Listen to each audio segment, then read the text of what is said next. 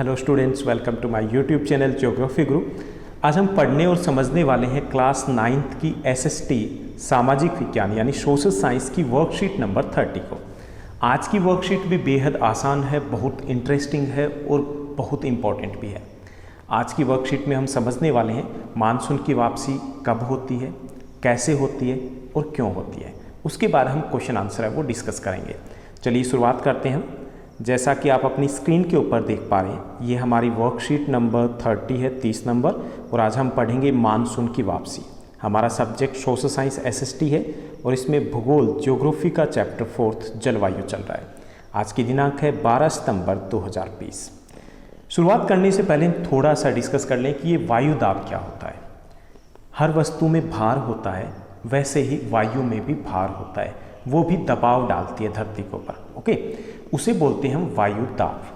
अब वायु दाब का तापमान के साथ सीधा सा संबंध है। जैसा हमने पिछली वर्कशीट में पढ़ा था कि तापमान अगर कम हो तो वायु दाब अधिक होता है, और तापमान अगर अधिक हो तो वायु दाब कम होता है। क्योंकि जब तापमान अधिक होता है तो वायु दाब कम होने का कारण ये है कि वायु गर्म होकर के ऊपर उठ जाती है और वहाँ पर वायु का दबाव है वो कम हो जाता है। ओके, तो अक्टूबर नवंबर के महीने में जैसे तापमान कम होने लगता है उत्तरी भारत में, आप देखिए कि अब सितंबर से ही थोड़ा थोड़ा कम होना शुरू हो गया, तो अक्टूबर नवंबर के महीने में तापमान है वो कम होना शुरू हो जाता है। ठीक है, अब कम क्यों होता है? क्योंकि सूर्य वो सीधा चमकता है इस समय किसके ऊपर? मकर रेखा के ऊपर। ठीक है, और गर्मियों में कहाँ चमकता है? कर्क रेखा के ऊपर। तो पृथ्वी के झुकाव के कारण जो अक्टूबर नवंबर यानी कि सर्दियों में सूर्य चमकता मकर रेखा के ऊपर, इसके कारण वहाँ गर्मी होती है और हमारे यहाँ पे सर्दियों की शुरुआत हो जाती है। तो कम हो गया तापमान, क्योंकि सूर्य सीधा नहीं चमक रहा है, तो क्या हो गया? तापमान कम हो गया। अगर तापमान कम हो जाता है तो वायु दाब क्या होता है? अधिक होगा। तो इसके कारण जो निम्न वायु दाब है वो यहाँ कमजोर पड़ जाता है, दाब जो वायु दाब है वो अधिक होना शुरू हो जाता है। यानी निम्न दाब के स्थान पर उच्च दाब प्रणाली है वो यहाँ पर बनना शुरू हो जाती है।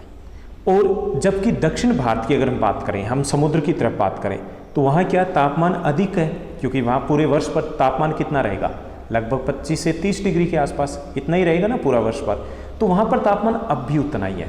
अब तापमान क्या वहाँ हमसे ज़्यादा है, तो वायु दाब क्या होगा? वहाँ पर कम होगा। और हमारे यहाँ पे तापमान कम है और वायु दाब अधिक है। तो पवनें कैसे चलना शुरू कर देती है?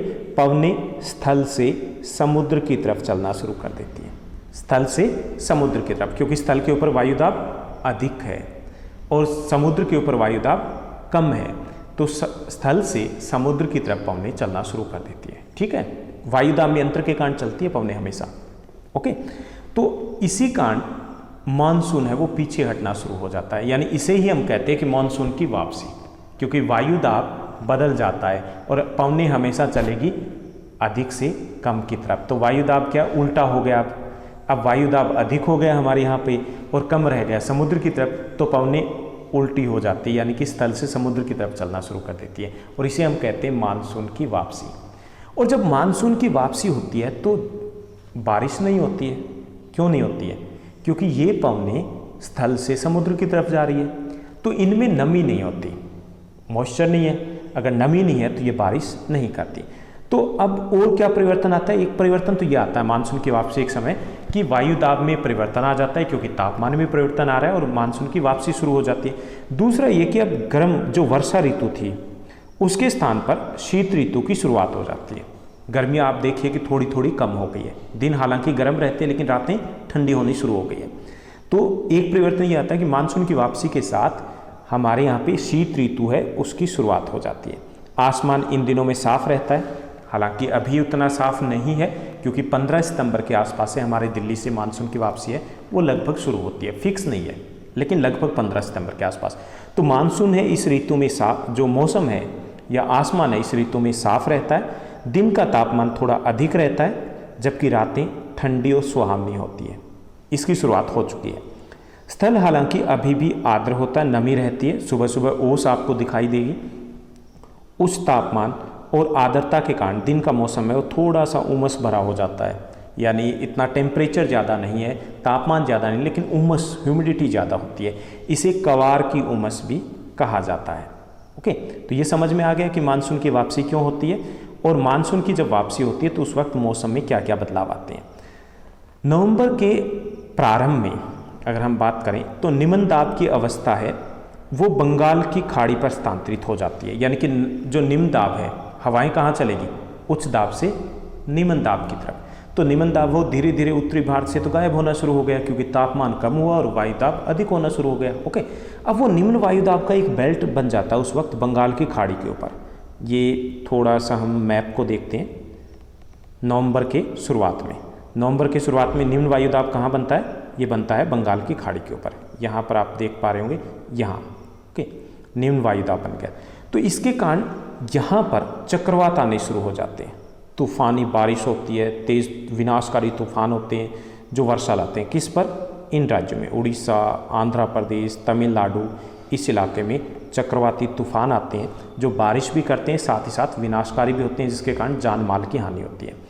और कोरोमंडल तट पर नवंबर महीने में और मध्य दिसंबर तक जो बारिश होती है वो इन्हीं चक्रवातों के कारण होती है। ये कोरोमंडल तट है। ओके, ये कोरोमंडल तट होता है और ये ऊपर वाला जो तट है उसको बोलते हैं उत्तरी सरकार। आपने दूसरे चैप्टर में इसके बारे में पढ़ा होगा। ओके, तो ये था कि मानसून की वापसी कैसे होती है और उस दौरान क्या क्या होता है। यहाँ पे एक बार मैप को थोड़ा सा आप देख लीजिए। मैप में भी दिखाया गया है कि मानसून की वापसी कैसे होती है। सबसे पहले जहाँ से आया वहीं से वापस जाएगा ना, तो सबसे पहले 15 सितंबर को वापसी शुरू होती है। कहाँ से शुरू होती है, ये शुरू होती है राजस्थान से। हालांकि उससे पहले ये राजस्थान का जो पश्चिमी इलाका है वहाँ से 1 सितंबर से भी वापसी शुरू हो जाती है, राजस्थान के पश्चिमी राजस्थान से। लेकिन मुख्य तौर पर लगभग 15 सितंबर से वापसी शुरू होती है। दिल्ली से भी, पंजाब से, हरियाणा से 15 सितंबर के आसपास वापसी है वो शुरू हो जाती है। लगभग 1 अक्टूबर के आसपास यूपी, मध्य भारत से वापसी हो जाती है।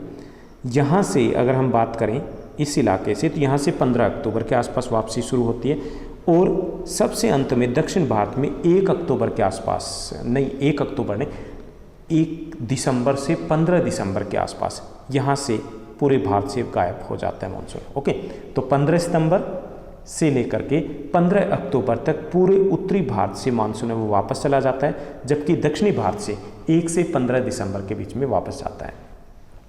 दूसरी चीज़, लौटता हुआ मानसून है वो अधिकांशतः बारिश नहीं करता, केवल वो बारिश करता है कहाँ पर, तमिलनाडु में, यहाँ पर बारिश करता है। क्योंकि जब ये लौट रहा है यहाँ से, तो लौटता हुआ मानसून यहाँ से नमी ग्रहण कर लेता है और इस इलाके में भयंकर बारिश करता है, जिसके कारण दिसंबर जनवरी में यहाँ पर बाढ़ भी आती है। तो ये था मानसून की वापसी कैसे होती है, इसको हमने अच्छे से समझा। अब हम समझेंगे कि मानसून जो है उसे एकता का परिचायक कहा जाता है, कि पूरे देश में एकता स्थापित कर देता है। हिमालय द्वारा अत्यंत ठंडी हवाओं को आने से रोकने के कारण उच्च अक्षांशों के बावजूद उत्तरी भारत में निरंतर उच्च तापमान बना रहता है। क्यों? क्योंकि हिमालय से ठंडी हवाएं जो चाइना से आनी है, रसिया से आनी है, वो नहीं आ पाती, तो इसलिए हमारे गर्मियों में भयंकर कड़ाके की गर्मी होती है। और इसी प्रकार प्रायद्वीपीय पठार, वहाँ पर 3 ओर से समुद्र के प्रभाव के कारण तापमान है वो सम, यानी कि एक समान बना रहता है। परंतु फिर भी प्रायद्वीपीय भारत की बात करें या पूरे भारत की बात करें तो मानसून का प्रभाव दिखाई देता है। यानी मानसून आता है तो ऐसे लगता है कि पूरे देश में एकता स्थापित हो गई। क्यों लगता है? तो इसके 3 कारण हैं। पहला ये कि हमारे बहुत से त्यौहार हैं जो मानसून से जुड़े हुए हैं, जैसे तीज का त्यौहार है, जैसे ओणम का त्यौहार है। ये त्यौहार किससे जुड़े हुए हैं? मानसून से, मानसून ऋतु के साथ जुड़े हैं। तो जब मानसून आता है तो त्यौहार आते हैं तो जोश आता है, उमंग आता है, ऐसे लगता है पूरा भारत एक है। ओके, पहला कारण तो ये कि बहुत सारे त्यौहार जुड़े हुए हैं और त्यौहार मानसून के साथ ही त्यौहार आते हैं तो ऐसे लगता है कि पूरे देश में खुशियाँ आ गई हो। दूसरा ये कि कृषि के ऊपर प्रभाव, हमारी देश की अर्थव्यवस्था किसके ऊपर टिकी हुई है? कृषि के ऊपर। कृषि किसके ऊपर निर्भर है? बारिश के ऊपर। तो जब बारिश आती है, मानसून आता है, तो ये किसानों के चेहरे खिला देती है, पूरे देश में हरियाली छा जाती है। तो इसके कारण भी देश में एकता का प्रसार होता, चाहे वो दक्षिण भारत का किसान हो, चाहे वो पूर्व भारत का हो या पश्चिम का हो या उत्तर का हो, सब खुश हो जाते हैं, सब तरफ हरियाली छा जाती है, पूरे देश की अर्थव्यवस्था है वो अच्छे से पटरी पे आ जाती है। तो इसके कारण भी कहा जाता है कि मानसून है वो देश में एकता का परिचायक है। तीसरा जो कारण है कि मानसून है वो एकता के सूत्र में कैसे बांधता है, तीसरा कारण ये है कि मानसून आने के कारण पूरे देश में ऋतु में बदलाव आ जाता है। ऋतु में बदलाव क्या? कि जो तापमान है वो कम हो जाता है। जो लू चलती है वो बंद हो जाती है, जो उत्तरी भारत में तापमान कम हो जाता है, तब भी ऐसे लगता है कि मानसून है वो पूरे देश में को एकता में बांध रहा है। ओके, तो 3 कारण है। पहला ये कि काफ़ी सारे त्यौहार है वो हमारे मानसून के साथ जुड़े हैं, इसके कारण हमें लगता है कि पूरे देश में एक साथ खुशियाँ मानसून लेके आया है। दूसरा कारण ये है कि भारतीय कृषि, जो भारतीय अर्थव्यवस्था की रीढ़ है, वो मानसून के ऊपर निर्भर करती है, और जब मानसून आता है तो सभी किसानों के चेहरे खिल जाते हैं। इससे भी लगता है कि देश में एकता लेकर के आया मानसून। तीसरा कारण जो है वो कारण ये है कि मानसून आने के साथ हमारे देश में ऋतु में, मौसम में बदलाव आता है और ऐसे लगता है पूरा देश एक है। तो इन कारणों से मानसून को एकता का परिचायक भी कहा जाता है। अब हम प्रश्नोत्तर की बात कर लेते हैं। आसान से 4 प्रश्न हमें दिए गए, क्वेश्चन दिए गए। पहला जो क्वेश्चन दिया गया, अक्टूबर नवंबर में मैदानी इलाकों में उच्च दाब क्यों बनना शुरू हो जाता है? अक्टूबर नवंबर में पृथ्वी के अपने अक्ष पर झुकाव के कारण सूर्य की किरणें मकर रेखा पर सीधी पड़ती है, ठीक है, और उसके कारण क्या होता है, उत्तरी गोलार्ध में तापमान कम होना शुरू हो जाता है, और हम उत्तरी गोलार्ध में यानी कि हमारे यहाँ पर भी तापमान कम होना शुरू हो जाता है, उत्तर भारत में खास तौर पर। इसी कारण अक्टूबर नवंबर में मैदानी भागों में उच्च दाब बनना शुरू हो जाता है। ओके, तो ये था हमारा पहला क्वेश्चन। दूसरा जो क्वेश्चन दिया गया कि मानसून की वापसी जो ऋतु है उसकी कुछ प्रमुख विशेषताओं को लिखिए। तो मानसून की वापसी ऋतु की कुछ विशेषताएं, पहली जो विशेषता ये कि अक्टूबर नवंबर में उत्तरी मैदानों, जो उत्तरी मैदानी भाग है वहाँ पर तापमान कम होने के कारण उस दाब का क्षेत्र बन जाता है। वहीं दूसरी तरफ दक्षिणी समुद्री भागों में अपेक्षाकृत तापमान अधिक रहता है, यहाँ से तो अधिक होता है, तो वहाँ पर तापमान अधिक और दाब कम हो जाता है, तो निम्न दाब का क्षेत्र बन जाता है, दूसरी विशेषता। तीसरी, इसी कारण पवनें हैं वो स्थल से समुद्र की तरफ चलनी शुरू हो जाती है इस मौसम में। चौथी विशेषता है, इस मौसम में दिन का तापमान अधिक रहता है और रात का कम रहता है। पांचवी विशेषता है, इस मौसम में पूर्वी तट पर चक्रवातीय तूफान भी आते हैं। तो ये 5 विशेषताएं काफ़ी रहेगी आपके लिए। उसके बाद हमारा तीसरा जो क्वेश्चन दिया गया है कि मानसून पूरे देश को एकता के सूत्र में बांधता है, इस कथन की समीक्षा कीजिए, हमें ये बताना कैसे। अभी हमने डिस्कस किया था, मानसून पूरे देश को एकता के सूत्र में बांधता है। इसके कारण है, पहला, देश के बहुत से त्यौहार हैं जो इस मौसम से जुड़े हुए हैं, इसलिए पूरे देश में मानसून का आना उमंग का प्रतीक माना जाता है, जोश का प्रतीक माना जाता है, ऐसे लगता है पूरे देश में जोश आ गया हो। दूसरा, हमारे देश की अर्थव्यवस्था का आधार कृषि है जो मानसून पर निर्भर करती है, और मानसून का आना देश में एक साथ खुशियाँ लेकर के आता है। किसानों के चेहरे खिलते हैं तो सबके चेहरे खिलते हैं। तीसरा कारण ये कि मानसून आने के कारण पूरे देश में ऋतु में भी परिवर्तन होता है, इसके कारण भी इसको एकता का परिचायक माना जाता है। तो ये था हमारा तीसरा क्वेश्चन। चौथा जो क्वेश्चन है उसके ऊपर हम बढ़ते हैं।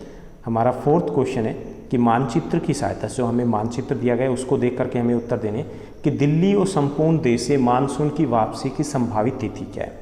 तो दिल्ली से 15 सितंबर को मानसून की वापसी है वो शुरू हो जाती है, जबकि संपूर्ण भारत की बात करें तो 15 अक्टूबर में उत्तरी भारत से मानसून लौट जाता है, जबकि दक्षिणी भारत से 1 दिसंबर को लौटता है। तो हमें दोनों डेट है वो मेंशन करनी है। दूसरा क्वेश्चन है, 1 सितंबर से 15 सितंबर के बीच भारत के किन 2 राज्यों में मानसून की वापसी होती है? तो राजस्थान और हरियाणा से मानसून की वापसी हो जाती है 1 से 15 सितंबर के बीच में। तो ये थी आज की हमारी आसान सी वर्कशीट। उम्मीद करता हूँ आपको अच्छे समझ में आई होगी। आप इस चैनल को लाइक, शेयर और सब्सक्राइब जरूर कीजिएगा, और हाँ, आपके एक छोटे से कमेंट का वेट रहता है मुझे। Thank you, bye bye, have a nice day.